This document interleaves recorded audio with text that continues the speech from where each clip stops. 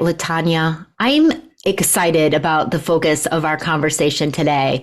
We are going to talk about biased feedback. Now, I'm not excited that biased feedback happens in our world, but I'm excited to talk about this because I think when we talk about bias, I think in mainstream conversations, we're still on the surface level. We're not getting below the surface like you do in your conversations. So start off by grounding us in this topic. What is biased feedback? How do we recognize it? Yeah, so I remember one of the quotes that always stuck with me, and this was a quote that I learned when I was a learning and development leader, and it was that feedback is more about the giver than the receiver. Feedback is more about the giver than the receiver. So everyone think about that for a second. That means the feedback is more about you than the other person. And keep that in mind when you're going through your week, you're giving people feedback, you're thinking about what type of feedback to give. I'm not saying it always has to be this way, but it's going to be this way if you operate on autopilot and you're not really intentionally thinking about how to provide feedback. And so I will start with that. Great. And you've said a lot right there, LaTonya. I'm thinking about it. Like even when we give leaders formulas for feedback, right? Describe the situation, then describe the specific behavior, then describe the impact. I mean, especially in that impact piece, that's coming from my perspective and my filters and all of my experiences that have led me to have the filters and perspective that I have. So I might think that I'm very objectively stating some impact, and that might not be the case. Right. Yeah, with those models, some of those models I really like because I think it's a good way to structure. But again, the issue with the models is like people just don't put in the preparation that they need to. With the impact, it's what I always tell leaders is when you're thinking about the impact, think about the impact on your team or think about the impact on your organization and make it something that is tangible. Right? So for example, there's a conflict on your team. And the conflict is, you've noticed that since these two people on your team have been in conflict, that the team is not getting back to customers as fast as they did before. You're noticing that decisions are not getting made as fast. You're noticing that people just aren't participating as much in team meetings. That's impact. It's things that you can observe. It's not, well, I didn't really like that and I was upset about that. That's not impact. That's, again, that's more about you that's more about the giver than the receiver. Yeah. Really great, LaTonya. Let me tell our listeners a little bit about you. As the founder of Change Coaches, LaTonya Wilkins works with C-suite leaders, executives, and their teams where human connection and cultural change really happen below the surface. LaTonya is a credentialed coach, author of the book, Leading Below the Surface, and sought after keynote speaker who has inspired audiences all over the world. She and her team help clients create cultures of belonging while amplifying the only ones at work so they feel more valued, heard, and engaged. Through years of experience at Fortune 500 companies and in higher education, she's developed a unique evidence-based approach to diversity, equity, inclusion, and belonging. LaTonya knows how to support leaders at any level, at any organization, to lead below the surface. Thank you for being here with me for this conversation today, LaTonya. Sure, it's an important one to have. Yeah, absolutely. So we We hear all the time that everybody has bias. All humans have unconscious bias going on. So how can we make sure that that bias is not coming across in our feedback? Oh gosh, that's a really good question. When you're walking in and you're giving feedback, usually the model that I provide includes a lot of preparation. And while you're preparing, you are reflecting on your biases. The Nice. biases that I ask about are what I call the terrible three. And it's Mm-hmm. also in my book, um, affinity bias. If Mm-hmm. we like people who are the same as us, like think about it, like how many men are listening, and when you're giving feedback to another guy that likes football or likes what you want to give him feedback, it's going to be easier. There's going to be a language, but Yeah. flip the coin, it's someone different from you. You're like, oh, and so that's just checking that and just understanding that's okay. Yeah. Like for me, there's certain people that I love giving feedback to. I like giving feedback to coaches. Coaches are like me, right? Yeah. And Mm-hmm. so, or people who have similar career backgrounds as me, right? Mm-hmm. I don't mind because I'm like, oh, okay, this will be easier because they'll Yeah. understand where I'm coming from. Right. But that's the first one. And then confirmation bias and then Yep. in-group bias are the three that you really need to reflect on and just know that you're not trying to say, oh my gosh, I shouldn't have that. It's more like, okay, this exists. So what can I do? How can I navigate this when I'm in this conversation? Right. Because it can be easy to think, okay, I've been given this formula for feedback now. I just need to, put my words into this formula, yet we want to bring intentionality and awareness and be reflecting on bias and possible bias while we're preparing. And hey, acknowledging that it might take some more time to prepare feedback for somebody that's not like me, who doesn't have a lot of the same education and a functional Right. experience that I Right. do, right? And be thinking about, okay, how is this going to land from their perspective? What might be their perspective? And how do I do my best to speak into that?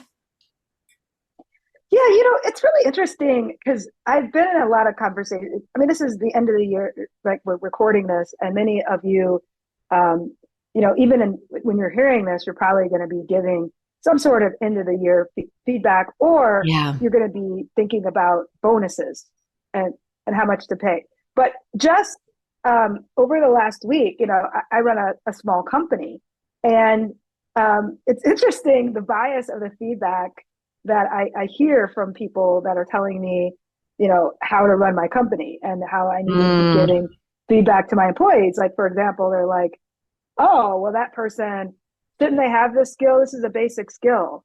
Like, and I'm thinking, this is a startup. Like, this is like not, again, I work for Fortune 500 companies. And mm-hmm. so again, that's a bias of, well, if you don't know this, then you just don't get it. And I'm like, it's so different and different kinds of companies, like startups versus, Mm-hmm. large companies, like, tech Mm-hmm. versus healthcare. Like, again, that's another bias where you're Mm-hmm. assuming that certain people should just know certain things. And if Yes. they haven't acquired this by now, then you cut the cord. And I'm like, I don't, that mentality, and I get it because I spent a lot of time in corporate, but just bias on that level. I Yes. mean, it's Yes. madness out there sometimes, right? Yes. Yes. Well, and these Right. seemingly neutral um, assumptions that we have, right? This is a basic skill. Someone in that position should be able to do A, B, and C, right? That seems like some neutral perspective, Right. right? Right. But Right. there is a assumption and bias built in there.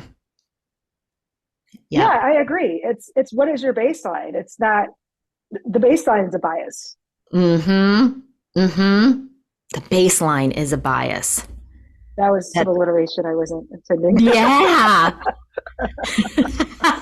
Yeah. That's magic. I'm writing that down.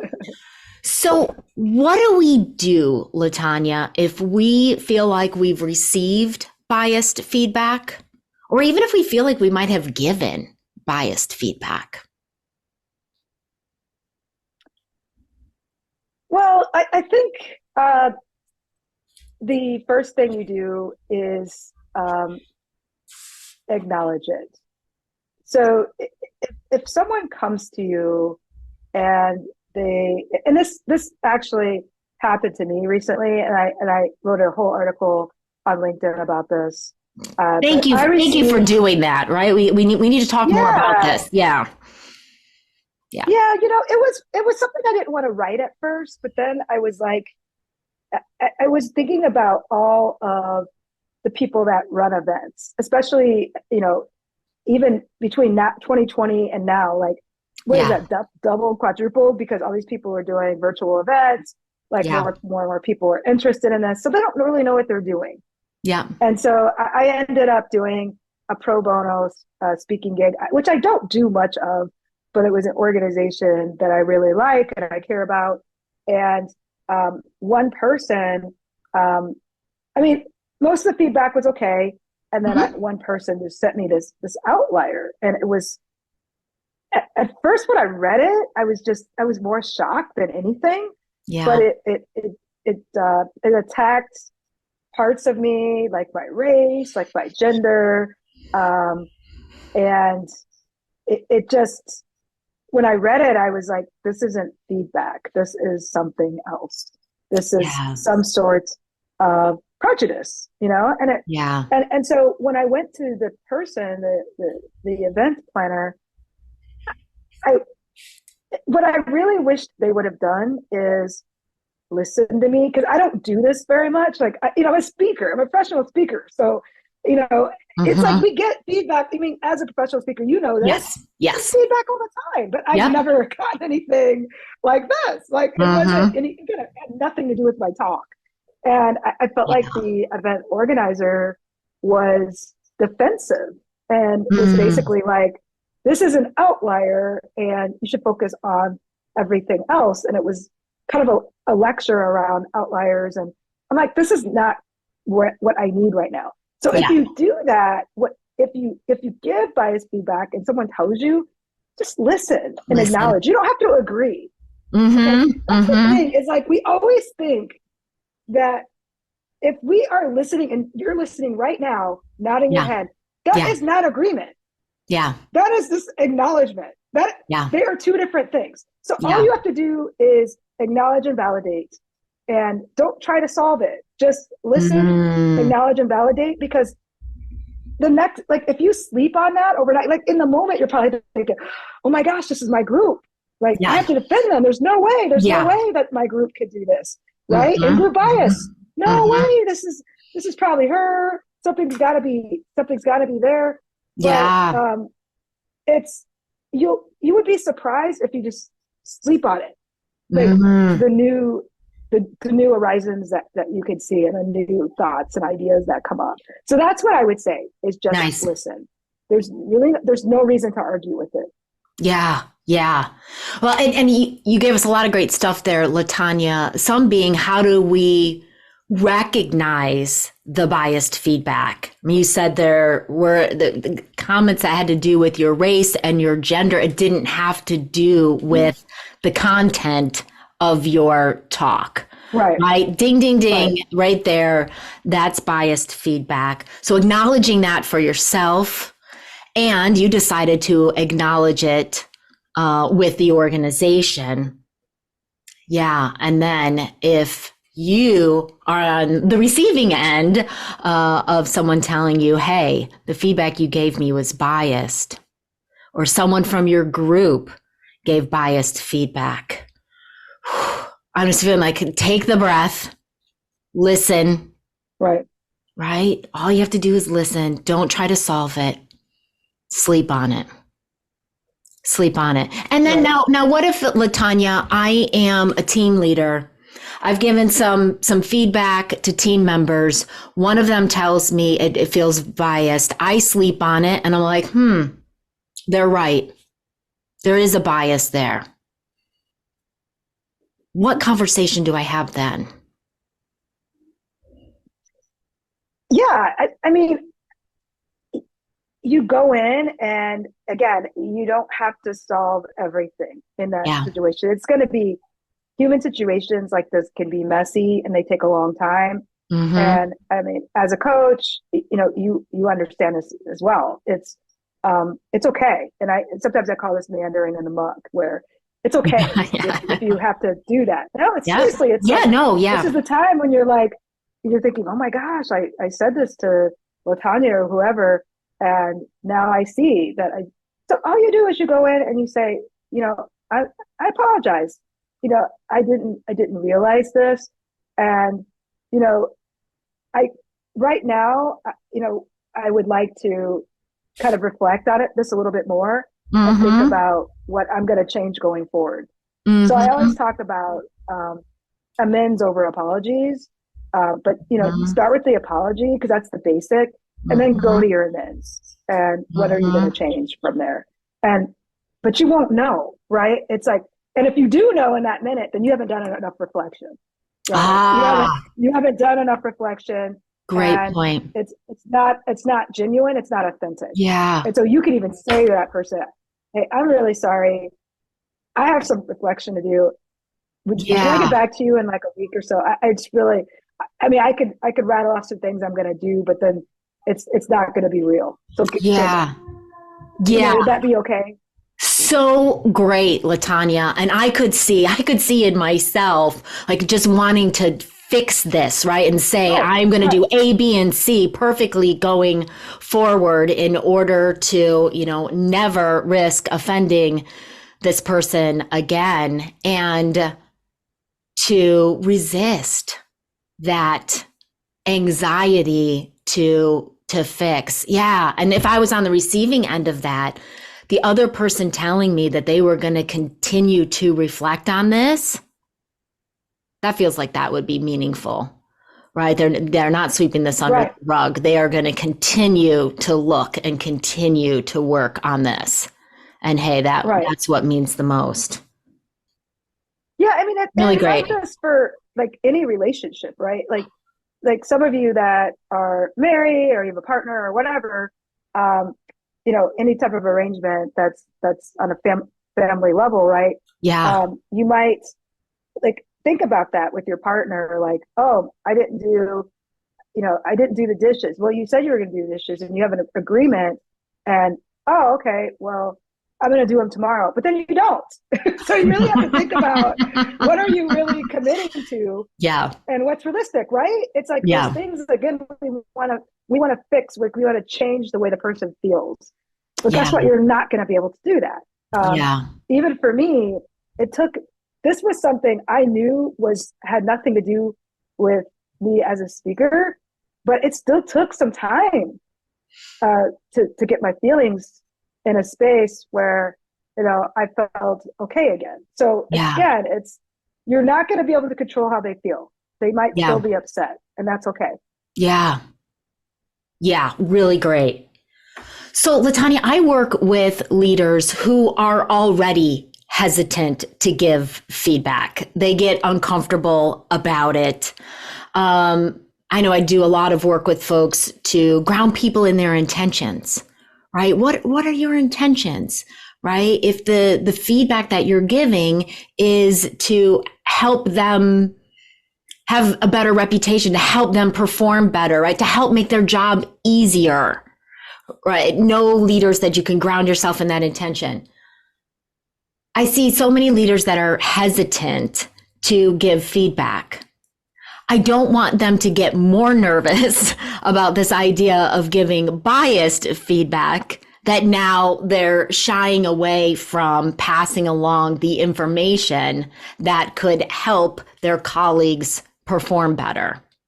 What would you say to help mitigate that anxiety that many leaders have around doing this feedback thing right? Yeah, it's hard because, as a CEO and business owner, I get it, and it's hard for me to do as well. But Yeah. I think number one, like something that always soothes my fears is uh, just sit down with the employee and ask them how they would like to receive feedback, right? Nice. And it's like, this Hmm. is something we just don't do, right? Right.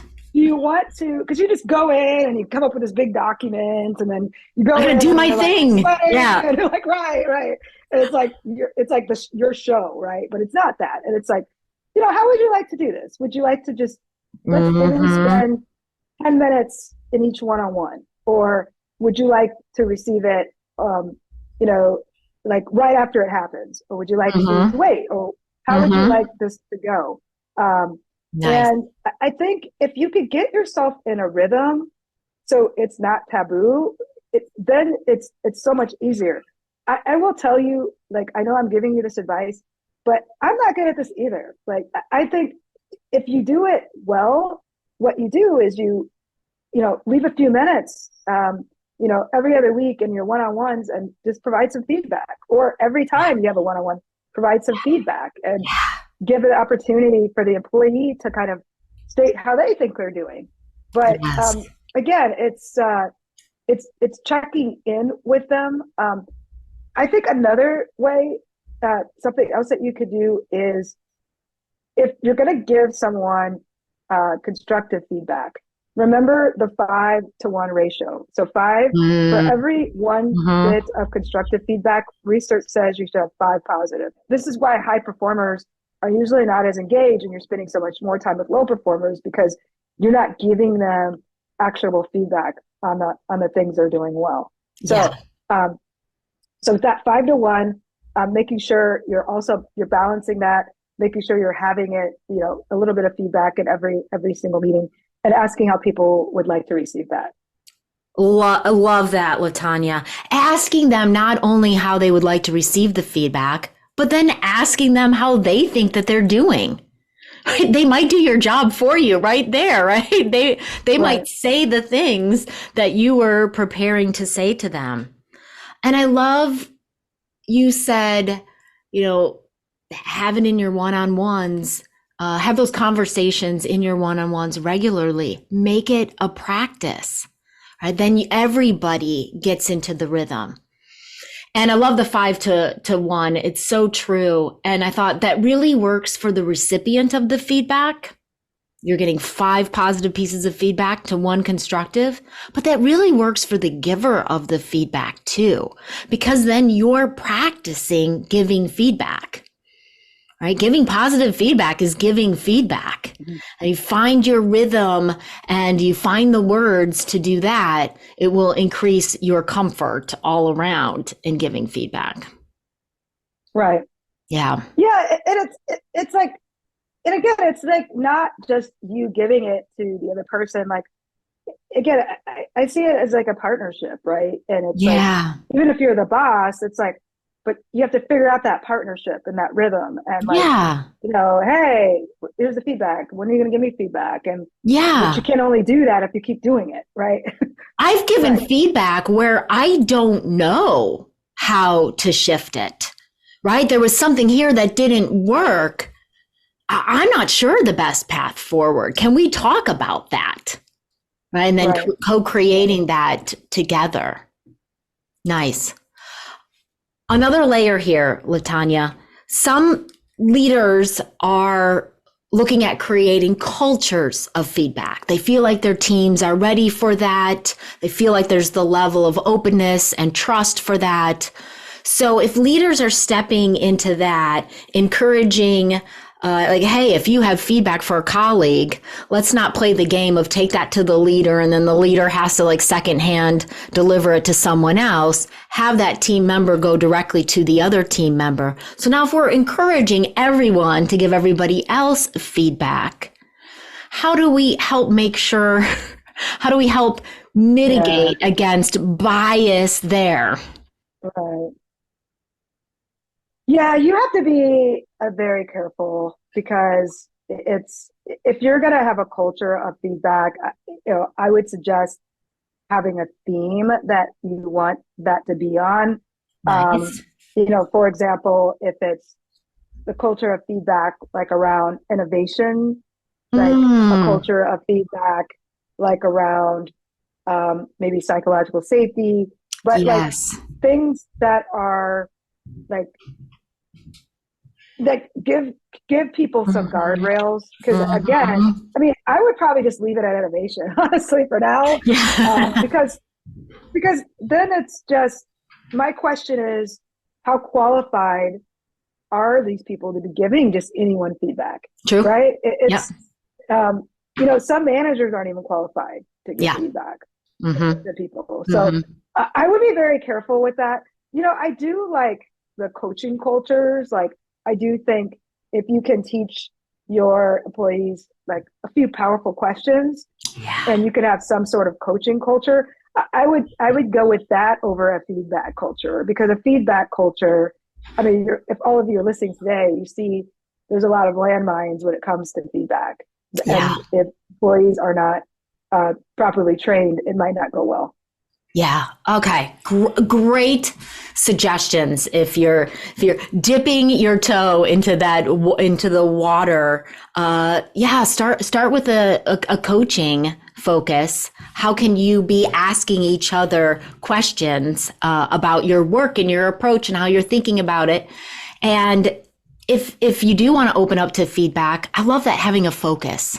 Because then if you Mm-hmm. talk about, like, we want to have a focus on innovation, then you can have the conversation to define what are the Right, behaviors that we're right, looking for, right. right? Then you're having conversations about whether those specific behaviors are showing up or not, right? Yeah. Right. Then you've got those guardrails. Yeah, because it's otherwise it's just a free for all, right? It's like, oh well, Amy walked in the room and she didn't say hi to Gina, so I got to give her some. It's like I don't even know what that means, but yeah, you have to have Yeah. something where you need to be able to that like have guardrails and nail down for people. Yes. Yes. Yeah. Some behavioral definition that we're anchoring that on.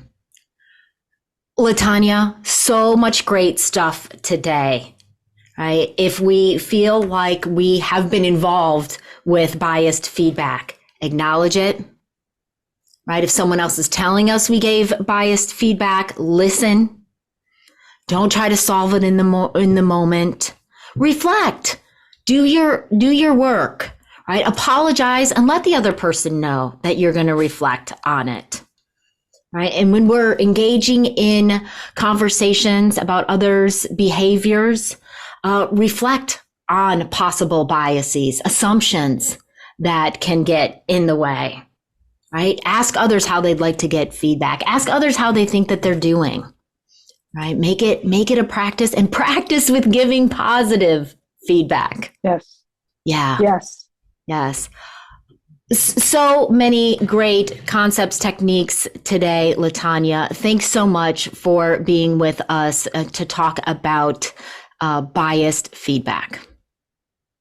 Thanks for having me, Amy.